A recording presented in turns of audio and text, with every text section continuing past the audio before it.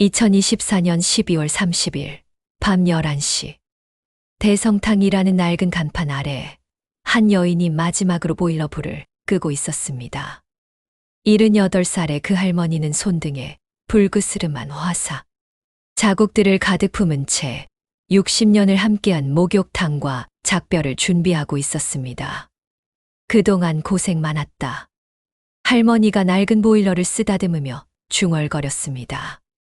벽돌로 쌓아 올린 이 보일러는 할머니가 21살 새댁이었을 때부터 지금까지 단 하루도 쉬지 않고 따뜻한 물을 끓여왔습니다.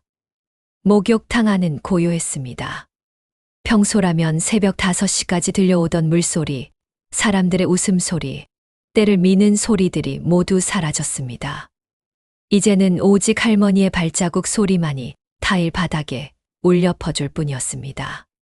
할머니는 천천히 목욕탕을 한 바퀴 돌아보았습니다. 여탕 입구에는 아직도 어머니 손길처럼 정성스럽게라고 손글씨로 쓴 팻말이 붙어 있었습니다.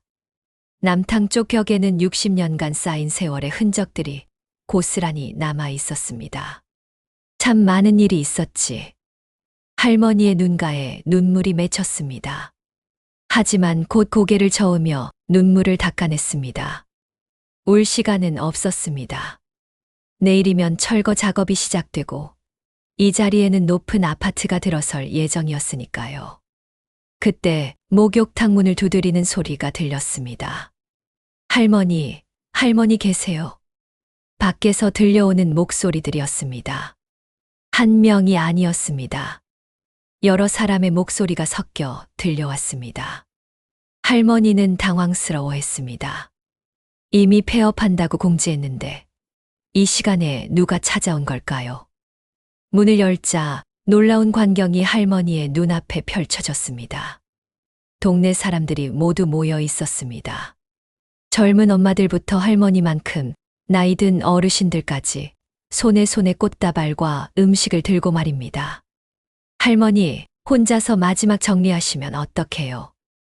우리가 도와드리려고 왔어요. 60년 동안 우리 동네를 지켜주신 할머니께 고맙다고 인사드리러 왔습니다. 할머니는 말을 잇지 못했습니다. 가슴 깊은 곳에서 뭔가 뜨거운 것이 올라왔습니다. 60년 동안 그 누구도 자신의 진짜 이야기를 몰랐다고 생각했는데 할머니, 우리 다 알아요.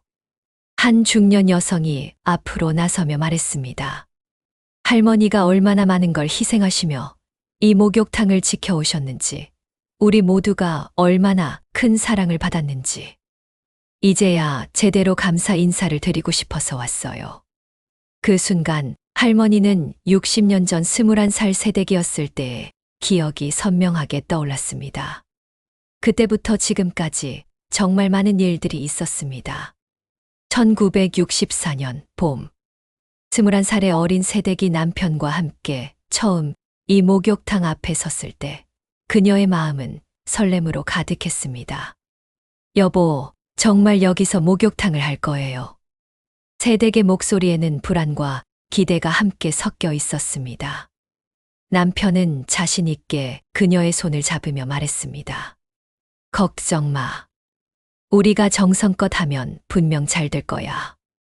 이 동네 사람들한테 꼭 필요한 곳이 될 거야. 그때만 해도 이 동네는 산동네였습니다. 대부분의 집에는 제대로 된 욕실이 없었고 사람들은 일주일에 한두 번씩 목욕탕을 찾아와야 했습니다. 새댁은 남편과 함께 낡은 건물을 고치기 시작했습니다. 벽돌을 나르고 타일을 붙이고 보일러를 설치하는 모든 일을 둘이서 해냈습니다. 돈이 넉넉하지 않아 대부분을 직접 손으로 했습니다. 목욕탕 이름은 뭘로 할까? 남편이 페인트 칠을 하다 말고 물었습니다. 대성탕은 어때요? 크게 성공하자는 뜻으로요. 새댁의 제안에 남편은 환하게 웃었습니다. 좋아, 대성탕으로 하자. 그렇게 대성탕이 문을 열었습니다. 첫날 손님은 단 한 명도 오지 않았습니다. 둘째 날도 셋째 날도 마찬가지였습니다. 정말 손님이 올까요? 새댁이 불안해하자 남편이 격려했습니다. 시간이 지나면 분명 올 거야. 우리가 정성껏 준비했으니까. 일주일이 지나고 첫 번째 손님이 왔습니다. 동네에 사는 할머니 한 분이었습니다. 어머, 새로 생긴 목욕탕이구나. 물이 따뜻한가? 네, 지금 막 끓인 따뜻한 물이에요. 편안히 목욕하세요. 새댁은 그 할머니를 모시듯 정성껏 대접했습니다. 깨끗한 수건을 준비해드리고 비누도 새 것으로 놓아드렸습니다. 아이고, 물이 정말 따뜻하네. 오랜만에 제대로 된 목욕을 하는구나. 할머니가 기뻐하시는 모습을 보며 새댁의 마음도 따뜻해졌습니다. 할머니, 언제든 오세요. 정성껏 모셔드릴게요.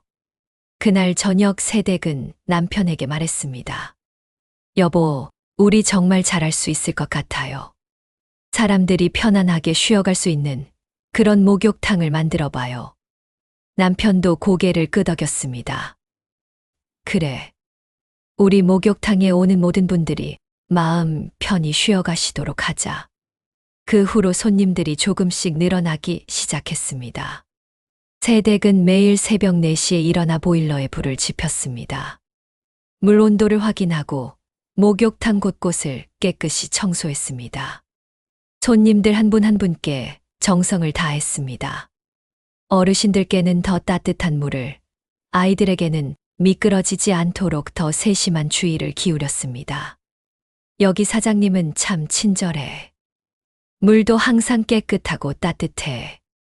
동네에서 대성탕의 소문이 퍼지기 시작했습니다. 하지만 새댁은 아직 몰랐습니다. 앞으로 60년이라는 긴 세월 동안 자신이 얼마나 많은 시련을 겪게 될지, 그리고 그 모든 시련 속에서도 이 목욕탕을 지켜내기 위해 어떤 희생을 하게 될지. 1965년 새댁에게 첫 아이가 태어났습니다. 작은 딸아이였습니다. 우리 딸도 이 목욕탕에서 자라겠구나. 남편이 갓난아이를 품에 안으며 말했습니다. 네. 우리가 정성껏 키운 이 목욕탕처럼 우리 딸도 정성껏 키워요. 그때만 해도 새댁은 행복했습니다. 사랑하는 남편과 귀여운 딸과 하루하루 손님이 늘어가는 목욕탕과 함께라면 무엇이든 할 수 있을 것 같았습니다. 하지만 인생은 그녀가 생각했던 것만큼 순탄하지 않았습니다. 1970년대 대성탕은 동네에서 없어서는 안 될 곳이 되었습니다. 이제 새댁은 두 아이의 엄마가 되어 있었습니다. 첫째 딸 아래로 아들이 하나 더 태어났습니다. 목욕탕 한쪽 구석에는 아기용품들이 놓여 있었고 종종 아이들의 웃음소리와 울음소리가 목욕탕 안에 울려 퍼졌습니다. 사장님, 아기 때문에 힘드시겠어요. 단골 손님들이 걱정해주곤 했습니다. 아니에요. 아이들이 있어서 더 좋아요. 목욕탕이 더 따뜻해지는 것 같아요. 새댁, 이제는 사장님이라 불리는 그녀는 언제나 밝게 웃었습니다. 하지만 실제로는 매우 힘들었습니다. 새벽 4시에 일어나 보일러에 불을 지피고 목욕탕을 청소하는 동안 아이들은 아직 잠들어 있었습니다. 손님들이 오시면 때를 밀어드리고 그 사이사이에 아이들을 돌봐야 했습니다. 특히 겨울철이 가장 힘들었습니다. 목욕탕 안은 따뜻했지만 살림하는 공간은 춥고 습했습니다. 아이들이 자주 감기에 걸렸습니다. 엄마, 아파요. 작은 딸이 열이 나며 칭얼대던 어느 날 사장님은 병원에 데려가야 했습니다. 하지만 손님들은 계속 찾아왔습니다. 여보, 내가 병원에 다녀올게. 목욕탕 좀 봐줘. 남편에게 부탁하고 아이를 데려가려는데 남편이 말했습니다. 미안해. 나도 오늘 급한 일이 있어서.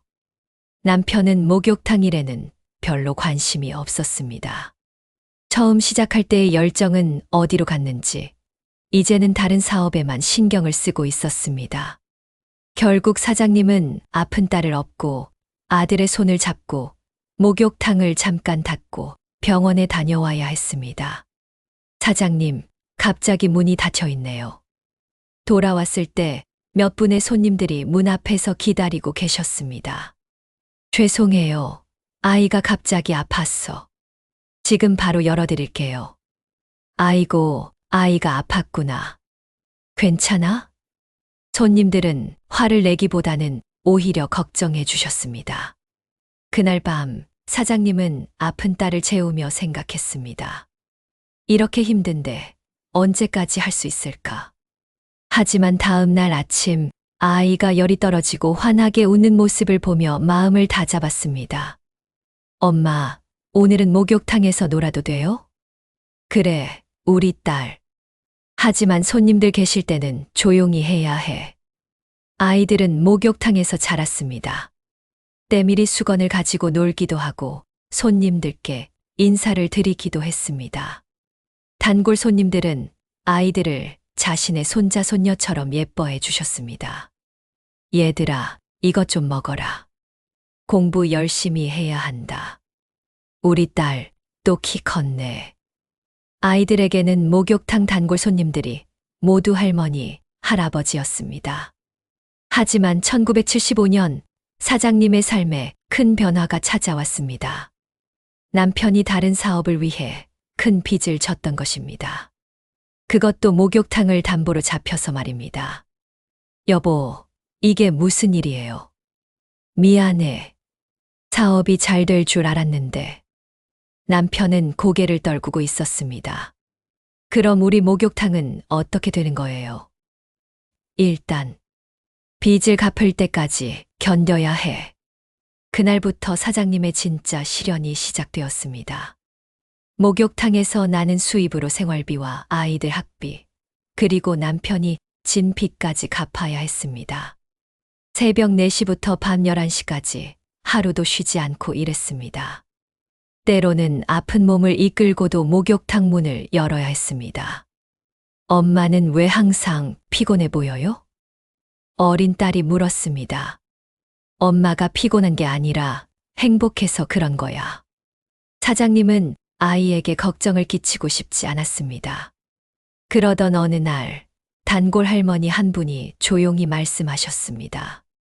사장님, 너무 무리하지 마세요. 건강이 제일이에요. 괜찮아요, 할머니. 아니에요. 우리가 다 보고 있어요. 사장님이 얼마나 힘드신지. 그 할머니의 따뜻한 말에 사장님은 눈물이 날 뻔했습니다. 하지만 꾹 참았습니다. 울 시간도 약해질 시간도 없었으니까요. 아이들이 자라면서 학비도 더 많이 들었습니다. 특히 공부를 잘하는 첫째 딸을 대학에 보내고 싶었습니다. 엄마, 저 대학 안 가도 돼요. 엄마, 도와드릴게요. 딸이 고등학교 3학년이 되어서 말했습니다. 무슨 소리야? 넌 꼭 대학에 가야 해. 하지만 엄마가 너무 힘들어 하시잖아요. 사장님은 딸의 손을 잡으며 말했습니다. 너는 걱정 말고 공부만 열심히 해. 엄마가 다 해결할 거야. 그날 밤 사장님은 오랫동안 잠을 이루지 못했습니다. 어떻게든 아이들만은 제대로 키워내야 한다는 생각뿐이었습니다. 하지만 1978년 더 큰 시련이 기다리고 있었습니다. 1978년 겨울. 그날도 사장님은 새벽 4시에 일어나 보일러에 불을 지폈습니다. 하지만 남편은 어젯밤에도 집에 들어오지 않았습니다. 또 어디서 술 마시고 계시나. 사장님은 혼잣말을 하며 목욕탕 청소를 시작했습니다. 요즘 남편은 자신이 진 빚 때문에 술만 마시며 지냈습니다. 목욕탕 일은 전혀 도우려 하지 않았습니다. 오후 2시쯤 낯선 남자들이 목욕탕으로 찾아왔습니다. 여기 사장님이세요? 네, 그런데 남편분 일로 왔습니다. 사장님의 심장이 떨어지는 것 같았습니다. 저희 돈을 빌려간 지 1년이 넘었는데 아직도 갚지 않고 있습니다. 그게 남편이 지금 다른 일을 알아보고 있어서 더 이상 기다릴 수 없습니다. 이 목욕탕을 넘겨주시든지 아니면 당장 돈을 갚으시든지 하세요. 사장님은 머리가 하얘졌습니다. 목욕탕을 넘겨준다면 그동안 쌓아온 모든 것이 사라지는 것이었습니다. 좀 더 시간을 주세요. 제가 어떻게든 갚겠습니다. 그럼 3개월만 더 드리죠. 그때까지 안 되면 정말 목욕탕을 넘겨받겠습니다. 그들이 떠난 후 사장님은 주저앉고 싶었습니다. 하지만 곧 손님들이 오실 시간이었습니다. 그날 저녁 남편이 취해서 돌아왔습니다. 여보, 오늘 그 사람들이 왔어요. 누구? 돈 빌려준 사람들이요. 3개월 안에 갚지 못하면 목욕탕을 넘겨달라고 했어요. 남편은 잠깐 멈췄다가 말했습니다. 그냥 넘겨주자. 나도 이제 지쳤어. 사장님은 남편을 믿을 수 없었습니다. 무슨 말씀이세요? 우리가 15년 동안 키워온 목욕탕이에요. 아이들이 자라온 곳이라고요. 그렇지만 어쩔 수 없잖아. 돈이 없는데 어떻게 갚아? 그 순간 사장님은 결심했습니다. 그럼 제가 혼자서라도 갚을게요. 뭐라고? 이 목욕탕은 제가 지킬 거예요. 혼자서라도요. 남편은 고개를 저었습니다. 불가능해. 여자 혼자서 그 큰 빚을 어떻게 갚아? 하지만 사장님의 마음은 이미 굳어져 있었습니다. 다음 날부터 그녀는 정말로 혼자 모든 것을 해결하기 시작했습니다. 먼저 목욕탕 운영 시간을 늘렸습니다. 새벽 5시부터 밤 12시까지 문을 열었습니다. 그리고 때밀이 서비스도 시작했습니다. 할머니, 제가 등 좀 밀어드릴까요? 아이고, 고맙구나. 그럼 부탁해. 손님들은 사장님의 정성스러운 서비스에 만족해 했습니다. 입소문이 나면서 다른 동네에서도 손님들이 찾아오기 시작했습니다. 하지만 혼자서 모든 일을 하기에는 너무 힘들었습니다. 보일러 관리, 청소, 때밀이, 계산까지. 하루에 3회 4시간밖에 잠을 잘 수 없었습니다. 어느 날 사장님이 과로로 쓰러졌습니다. 다행히 단골 손님이 발견해서 병원에 갈 수 있었습니다. 사장님, 이렇게 무리하시면 안 돼요. 병원에서 의사가 말했습니다. 좀 더 쉬셔야 해요. 하지만 사장님은 이틀 후 바로 목욕탕을 다시 열었습니다. 쉴 수 없었습니다. 하루라도 문을 닫으면 그 하루 수입이 없어지고 빚 갚는 일이 더 늦어질 테니까요. 남편은 결국 집을 떠났습니다. 미안해. 나는 못하겠어. 그 말을 남기고 사라졌습니다.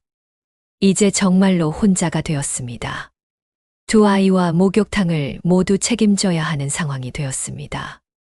엄마, 아빠는 언제 와요? 어린 아들이 물었습니다. 아빠는 일 때문에 멀리 가셨어. 우리끼리 잘 살아보자. 사장님은 아이들에게 아버지에 대한 원망을 심어주고 싶지 않았습니다.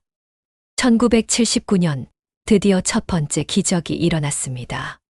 3개월이라는 시한을 지키지는 못했지만 1년 동안 정말 쉬지 않고 일한 결과 빚의 절반을 갚을 수 있었습니다. 정말 대단하시네요. 여자 혼자서 이만큼 갚으실 줄은 몰랐습니다. 채권자들도 놀라워했습니다. 조금만 더 시간을 주세요. 나머지도 꼭 갚겠습니다. 알겠습니다. 1년만 더 드리죠. 사장님은 안도의 한숨을 쉬었습니다. 하지만 이제 시작이었습니다. 앞으로 더 많은 시련이 기다리고 있었으니까요. 그해 겨울 큰딸이 대학에 합격했습니다.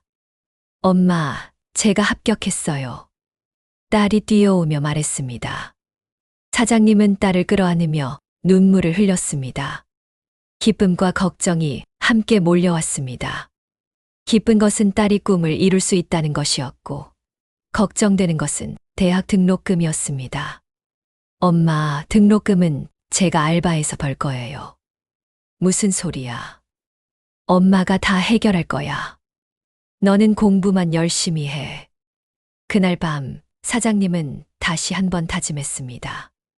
어떤 일이 있어도 아이들만은 제대로 키워내겠다고. 1980년 사장님은 마침내 모든 빚을 갚았습니다. 혼자 힘으로 해낸 것입니다. 하지만 이제 또 다른 도전이 시작되었습니다. 두 아이의 대학 등록금과 생활비를 모두 벌어야 했으니까요. 그래도 사장님은 포기하지 않았습니다. 혼자서도 할 수 있다는 자신감이 생겼습니다. 1980년대 대성탕은 이제 혼자만의 힘으로 운영되고 있었습니다.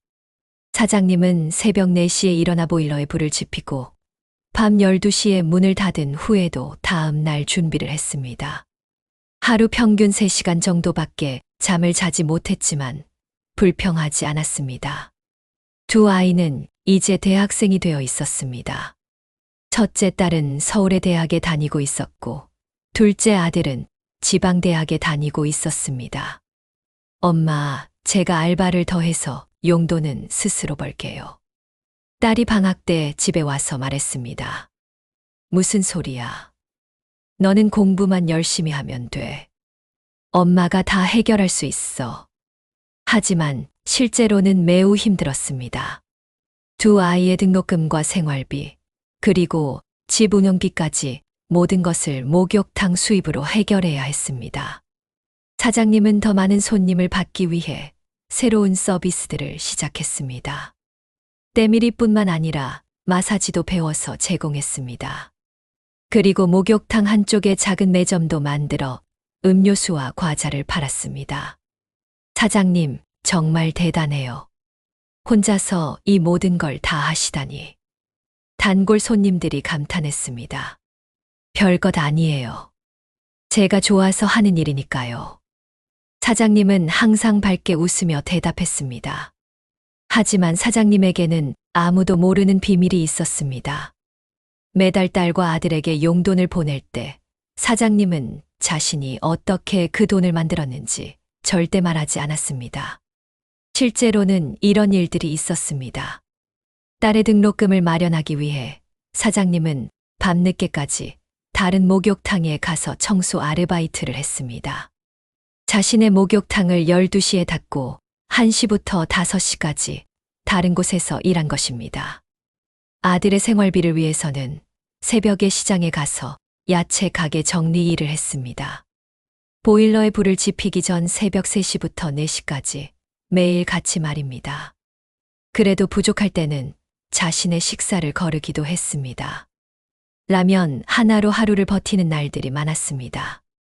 어느 날 딸이 깜짝 선물을 보내왔습니다. 엄마께 드리고 싶어서 아르바이트에서 샀어요. 예쁜 옷이에요. 택배로 온 상자 안에는 따뜻한 스웨터가 들어 있었습니다. 사장님은 그 스웨터를 받아들고 눈물을 흘렸습니다. 딸이 힘들게 아르바이트에서 번 돈으로 자신에게 선물을 사준 것이었습니다. 하지만 사장님은 그 스웨터를 입을 수 없었습니다. 목욕탕에서 일하다 보면 금세 더러워질 테고 딸의 정성이 아까웠습니다. 그래서 옷장 깊숙이 소중히 보관해 두었습니다. 1985년 큰 위기가 찾아왔습니다. 동네에 대형 목욕탕이 새로 생긴 것입니다.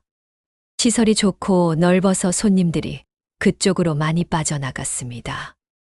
사장님, 미안해요. 아이들 데리고 가기에는 거기가 더 좋아서.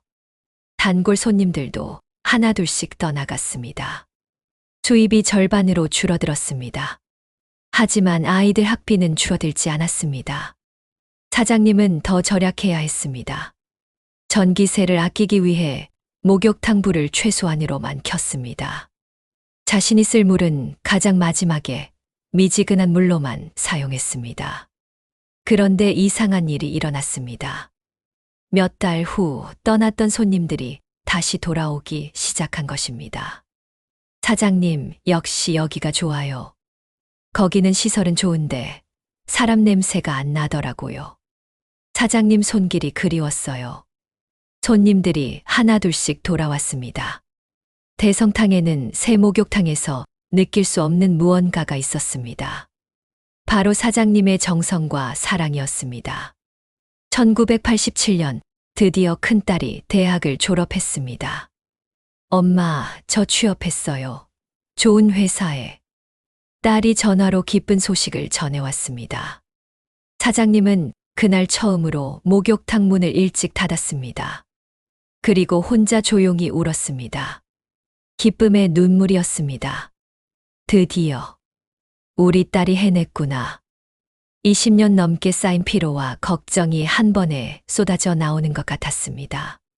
1988년 둘째 아들도 무사히 졸업했습니다. 그리고 군대에 갔습니다.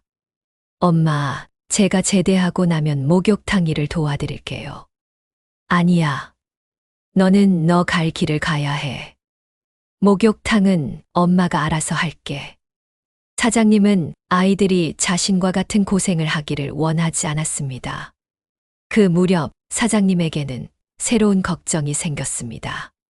나이가 들면서 몸이 예전 같지 않았습니다. 무릎이 아프고 허리도 자주 아팠습니다. 하지만 병원에 갈 시간도 돈도 아까웠습니다. 파스를 붙이고 진통제를 먹으며 버텼습니다. 사장님, 얼굴이 안 좋아 보이는데 괜찮으세요? 단골 손님들이 걱정해 주었습니다. 괜찮아요. 조금 피곤할 뿐이에요. 사장님은 언제나 그렇게 대답했습니다. 1989년 큰딸이 결혼했습니다. 하지만 사장님은 혼수를 제대로 준비해 주지 못했습니다. 목욕탕 수입으로는 부족했습니다. 엄마, 저는 그런 거 필요 없어요. 사랑만 있으면 돼요. 딸이 그렇게 말했지만 사장님은 미안했습니다.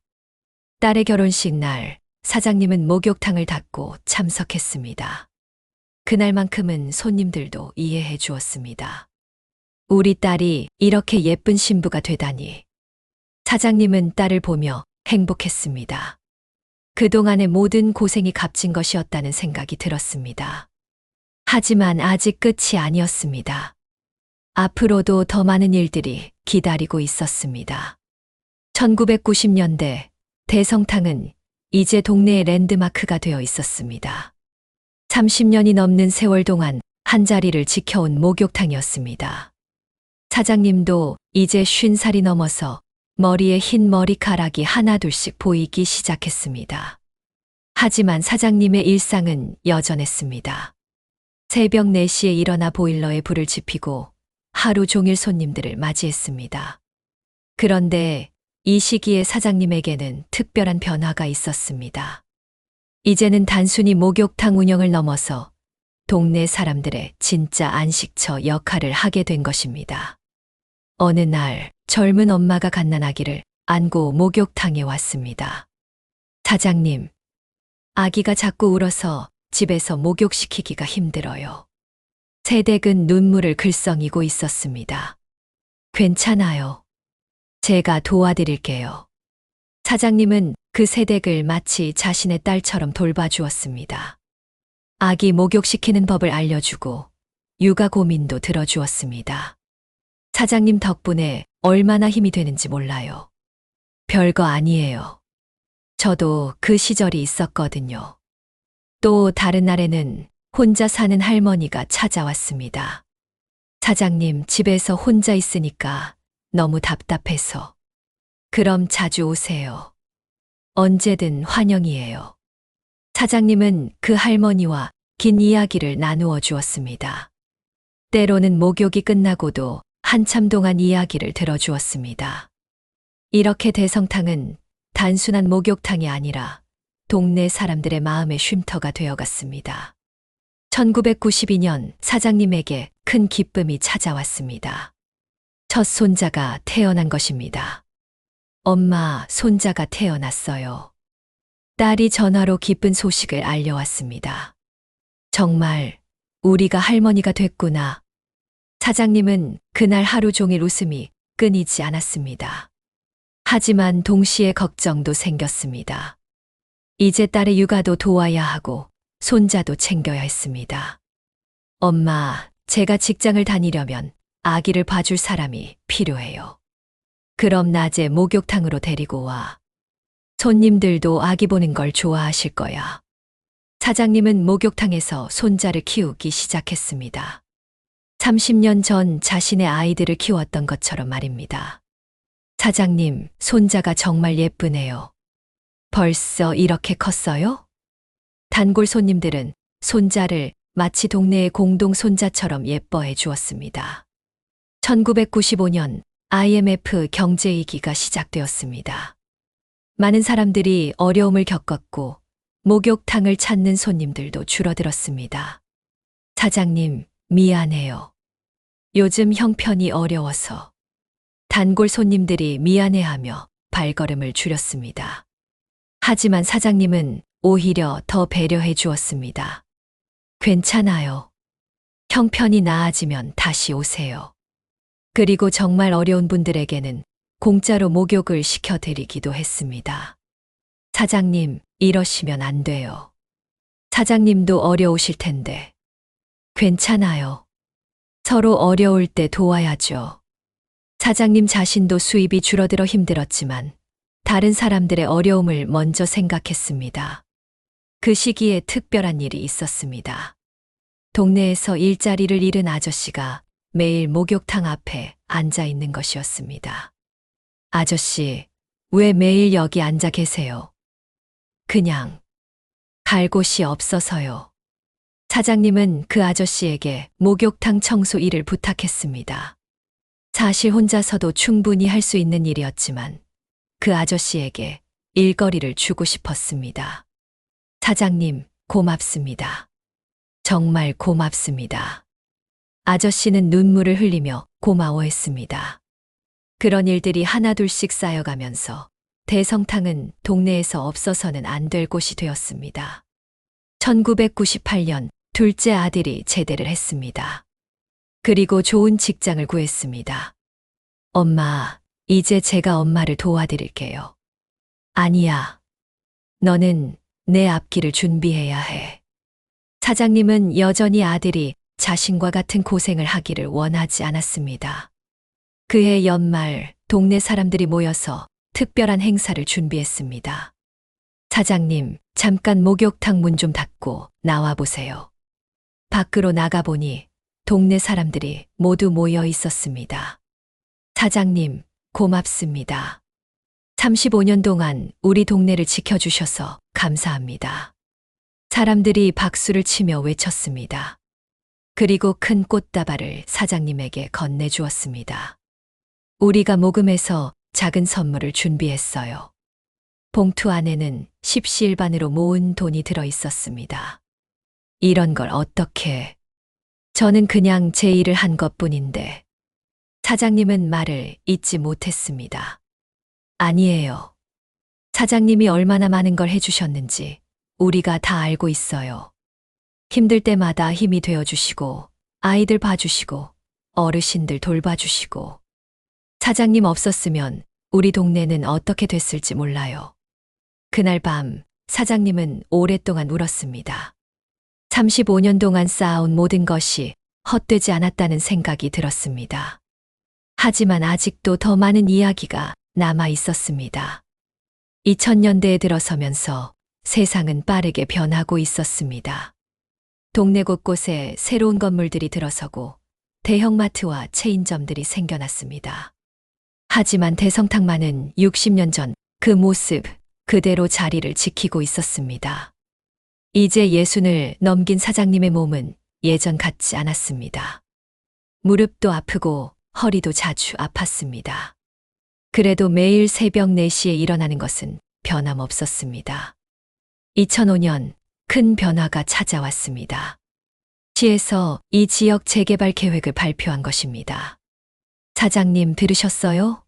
우리 동네가 재개발된다고 해요. 단골 손님이 걱정스럽게 말했습니다. 그러면 우리 목욕탕은 어떻게 되나요? 사장님도 걱정이 되었습니다. 하지만 아직 확정된 것은 아니었습니다. 몇 달 후 재개발 관련 공무원들이 찾아왔습니다. 사장님, 이 건물도 재개발 대상에 포함되어 있습니다. 그럼 목욕탕은 어떻게 되는 건가요? 보상금을 받으시고 다른 곳으로 이전하시거나 아니면 새로 지을 상가에 입점하실 수 있습니다. 하지만 사장님에게는 둘 다 쉽지 않은 선택이었습니다. 다른 곳으로 이전하려면 큰 돈이 들고 새 상가에 입점하려면 임대료가 너무 비쌌습니다. 좀 더 생각해 볼 시간을 주세요. 사장님이 말했습니다. 그날 밤 사장님은 잠을 이루지 못했습니다. 40년 넘게 지켜온 이 자리를 떠날 수 있을까요? 다음 날 단골 손님들이 걱정스럽게 물어왔습니다. 사장님, 정말 우리 목욕탕이 없어지는 건가요? 아직 모르겠어요. 최대한 지킬 수 있는 방법을 찾아보고 있어요. 사장님은 포기하지 않았습니다. 구청에 가서 담당자들을 만나고 시의원들에게도 부탁했습니다. 이 목욕탕은 단순한 건물이 아니에요. 60년 동안 이 동네 사람들과 함께 해온 역사예요. 하지만 개발 계획은 이미 확정된 상태였습니다. 2007년 첫 번째 철거 통지서가 나왔습니다. 6개월 후 철거 예정이라는 내용이었습니다. 사장님, 이제 정말 어떻게 하실 건가요? 동네 사람들도 걱정했습니다. 끝까지 싸워볼 거예요. 쉽게 포기할 수는 없어요. 사장님은 변호사를 찾아가 상담도 받고 시민단체의 도움도 요청했습니다. 그런데 놀라운 일이 일어났습니다. 동네 사람들이 스스로 대성탕 지키기 운동을 시작한 것입니다. 우리 동네에서 대성탕을 없앨 수는 없어요. 60년 역사를 어떻게 하루아침에 없애요. 서명운동도 하고 구청 앞에서 집회도 열었습니다. 언론에서도 관심을 가지기 시작했습니다. 60년 된 목욕탕을 지키려는 동네 주민들의 노력이 화제가 되고 있습니다. 신문과 방송에서 대성탕 이야기를 다루었습니다. 그러나 결국 개발은 진행되었습니다. 다만 주민들과 언론의 관심 덕분에 조건이 조금 나아졌습니다. 사장님께는 새로 지을 상가 1층에 목욕탕 자리를 마련해 드리겠습니다. 임대료도 기존보다 저렴하게 해드릴게요. 그리고 이전 비용도 지원해 드리겠습니다. 하지만 사장님에게는 다른 고민이 있었습니다. 이제 나이가 70을 넘어서 새로 시작할 체력이 있을까 하는 걱정이었습니다. 2010년 마침내 철거가 시작되었습니다. 그날 사장님은 마지막으로 목욕탕을 한 바퀴 돌아보았습니다. 46년 동안 함께한 모든 기억들이 떠올랐습니다. 21살 새댁이었을 때부터 혼자서 아이들을 키우며 목욕탕을 지켜온 세월들. 고마웠다. 정말 고마웠어. 사장님은 낡은 보일러를 쓰다듬으며 속삭였습니다. 동네 사람들이 모여서 마지막 인사를 했습니다. 사장님, 새로운 곳에서도 꼭 목욕탕 해주세요. 우리가 기다리고 있을게요. 2012년 새로운 상가 건물이 완공되었습니다. 그리고 그 1층에 새로운 대성탕이 문을 열었습니다. 시설은 예전보다 훨씬 좋아졌습니다. 하지만 사장님은 예전의 정성과 마음가짐을 그대로 가져왔습니다. 어머, 사장님, 드디어 다시 문 열었구나. 단골 손님들이 하나둘씩 찾아왔습니다. 역시 우리 사장님이 하는 목욕탕이 최고야. 새로운 시작이었지만 변하지 않은 것들이 있었습니다. 사장님의 정성과 손님들에 대한 사랑, 그리고 동네를 지키려는 마음이었습니다. 하지만 2015년 사장님의 건강에 빨간불이 켜졌습니다. 2015년 사장님은 병원에서 충격적인 진단을 받았습니다. 무릎 관절이 많이 손상되었습니다. 수술을 받으시거나 충분한 휴식을 취하셔야 해요. 50년 넘게 목욕탕 일을 하면서 늘 서서 일했던 결과였습니다. 그럼 목욕탕 일은 못하는 건가요? 지금처럼 하루 종일 서서 일하기는 어려우실 것 같습니다. 집에 돌아온 사장님은 깊은 고민에 빠졌습니다. 이제 72살, 몸도 예전 같지 않았습니다. 엄마, 이제 그만 쉬세요. 딸이 찾아와서 말했습니다. 50년 넘게 쉬지 않고 일하셨잖아요. 이제 우리가 엄마를 모실 차례예요. 아들도 같은 말을 했습니다. 엄마, 제가 안정된 직장에 다니니까 걱정하지 마세요. 하지만 사장님에게는 목욕탕이 단순히 돈을 버는 일터가 아니었습니다. 인생 전부였습니다. 그런데 2018년 예상치 못한 일이 일어났습니다. 재개발로 이전했던 세상과 건물이 또다시 재개발 대상에 선정된 것입니다. 이번에는 더 큰 규모의 개발이었습니다. 사장님, 이번에는 보상금이 꽤 클 것 같아요. 부동산 중개업자가 찾아와서 말했습니다. 하지만 대신 목욕탕을 계속할 수 있는 다른 자리는 찾기 어려울 것 같습니다. 사장님은 큰 결심을 해야 했습니다. 평생을 바친 목욕탕을 정말로 그만둘 것인가? 아니면 다른 곳에서 다시 시작할 것인가? 몇 달 후 보상금 액수가 나왔습니다. 사장님도 놀랄 만큼 큰 금액이었습니다. 이 정도면 편안히 노후를 보내실 수 있겠는데요. 하지만 사장님의 마음은 복잡했습니다. 돈을 받으면 목욕탕은 끝이었습니다. 그때 동네 사람들이 다시 한번 놀라운 일을 해주었습니다. 사장님, 우리가 힘을 합쳐서 다른 곳에 목욕탕을 만들어 드릴게요. 50년 넘게 우리를 돌봐주신 사장님을 이제 우리가 도와드려야죠. 하지만 사장님은 고개를 저었습니다. 고마워요. 정말 고마워요. 하지만 이제 제 나이로는 2019년 마침내 대성탕은 문을 닫았습니다. 폐업하는 날 정말 많은 사람들이 찾아왔습니다. 어릴 때부터 대성탕에 다니던 사람들이 자신의 아이들까지 데리고 와서 마지막 인사를 했습니다. 사장님, 정말 고생 많으셨어요. 저희가 어릴 때부터 어머니처럼 돌봐주셔서 고마웠어요. 우리 아이들도 사장님을 할머니처럼 따랐는데 그날 밤 사장님 혼자 남은 목욕탕에서 마지막 정리를 하고 있을 때였습니다. 문을 두드리는 소리가 들렸습니다. 밖에는 동네 사람들이 모여 있었습니다. 사장님, 마지막 정리 혼자 하시면 안 돼요. 우리가 도와드릴게요. 모든 사람들이 손에 꽃과 선물을 들고 와서 말했습니다. 사장님, 우리 모두가 준비한 게 있어요. 한 사람이 큰 앨범을 꺼냈습니다. 그 안에는 지난 55년 동안의 사진들이 들어 있었습니다. 사장님이 젊었을 때 모습부터 아이들을 키우며 일했던 모습, 동네 행사들, 손님들과의 추억들. 언제 이런 걸 준비했어요? 몇 년 전부터 조금씩 모았어요. 사장님의 추억을 기록해두고 싶어서요. 그리고 또 다른 선물이 있었습니다. 사장님, 이것도 받으세요. 두꺼운 편지 뭉치였습니다. 동네 사람들이 하나하나 정성껏 쓴 감사의 편지들이었습니다. 사장님께서 없었다면 우리 동네는 어떻게 되었을까요? 어릴 때 엄마 없이 자란 저에게 사장님은 진짜 어머니였습니다.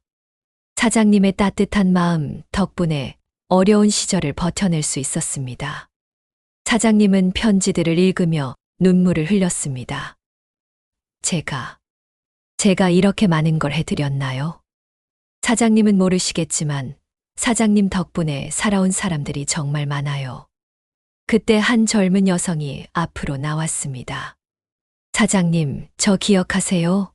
30년 전에 갓난 아기를 안고 왔던 새댁이요. 어머, 그때 그 아가씨. 네, 맞아요.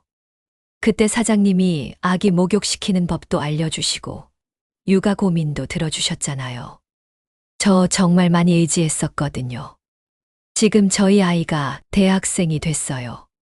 그 아이도 어릴 때 사장님께 많이 사랑받았고요. 이어서 중년 남성이 나섰습니다. 사장님, 저는 20년 전에 일자리를 잃었을 때 사장님이 청소 일을 주셨던 사람입니다. 아, 그때 그 아저씨. 네, 맞습니다. 사장님 덕분에 다시 일어설 수 있었어요. 지금은 제가 작은 회사를 운영하고 있습니다. 한 사람씩, 한 사람씩 자신의 이야기를 털어놓았습니다. 사장님이 도와주었던 사람들, 위로받았던 사람들, 사랑받았던 사람들. 사장님은 55년 동안 정말 많은 일을 하셨어요.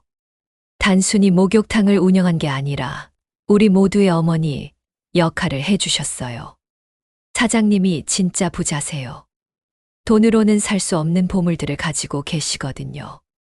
마지막으로 동네 어르신 한 분이 말씀하셨습니다. 사장님, 55년 전 21살 새댁이 이 동네에 와서 꾼 꿈을 기억하세요. 그때 사람들에게 따뜻한 쉼터가 되는 목욕탕을 만들겠다고 했었죠. 바로 그거예요. 사장님은 그 꿈을 이뤘어요. 55년 동안 단 한 번도 포기하지 않고. 그 순간 사장님은 깨달았습니다. 자신이 평생 추구했던 것이 무엇인지, 그리고 그것을 정말로 이루어냈다는 것을.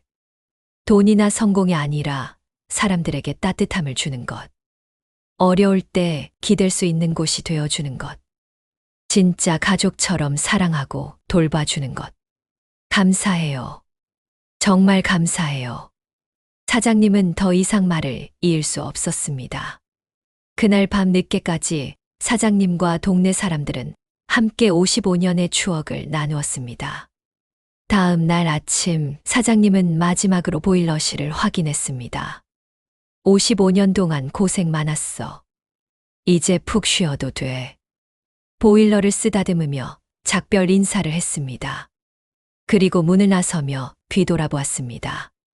대성탕이라는 간판이 마지막으로 눈에 들어왔습니다. 55년 전 남편과 함께 달았던 그 간판이었습니다. 대성했구나. 정말로 대성했어. 사장님은 미소를 지었습니다. 돈으로 따질 수는 없지만 자신은 세상에서 가장 부유한 사람이 되었다는 것을 알았습니다. 55년 동안 쌓아온 사랑과 감사, 그리고 수백 명의 사람들의 마음 속에 남겨진 따뜻한 기억들. 그것들이 바로 진짜 보물이었습니다. 2024년 12월 30일 밤, 78살의 할머니가 마지막으로 목욕탕 불을 끄며 그 모든 것을 깨달았던 것처럼 말입니다.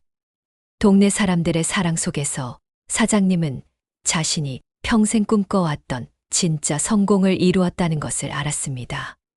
그리고 그 성공은 돈으로는 절대 살 수 없는 세상에서 가장 값진 보물이었습니다.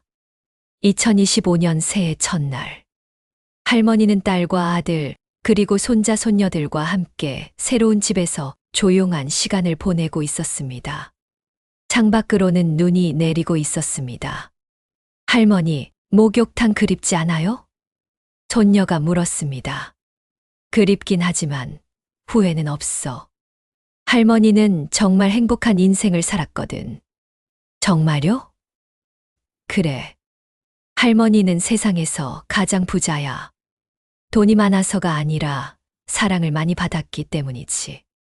그날 저녁 할머니에게 택배가 하나 도착했습니다. 보낸 사람은 대성탕을 사랑하는 사람들이었습니다. 상자 안에는 작은 액자가 하나 들어 있었습니다. 60년간 우리의 어머니였던 할머니께 영원히 잊지 않겠습니다. 사랑합니다. 할머니는 그 액자를 가슴에 꼭 안았습니다. 눈물이 났지만 그것은 기쁨의 눈물이었습니다. 55년 동안 지켜온 약속을 끝까지 지켜냈다는 안도감과 그 모든 것이 사랑으로 돌아왔다는 감격이 함께 몰려왔습니다. 진짜 부자는 사랑을 많이 받는 사람이구나. 할머니는 조용히 중얼거리며 창밖에 하얀 눈을 바라보았습니다. 새로운 시작을 알리는 그 눈처럼 할머니의 마음도 평화롭고 따뜻했습니다.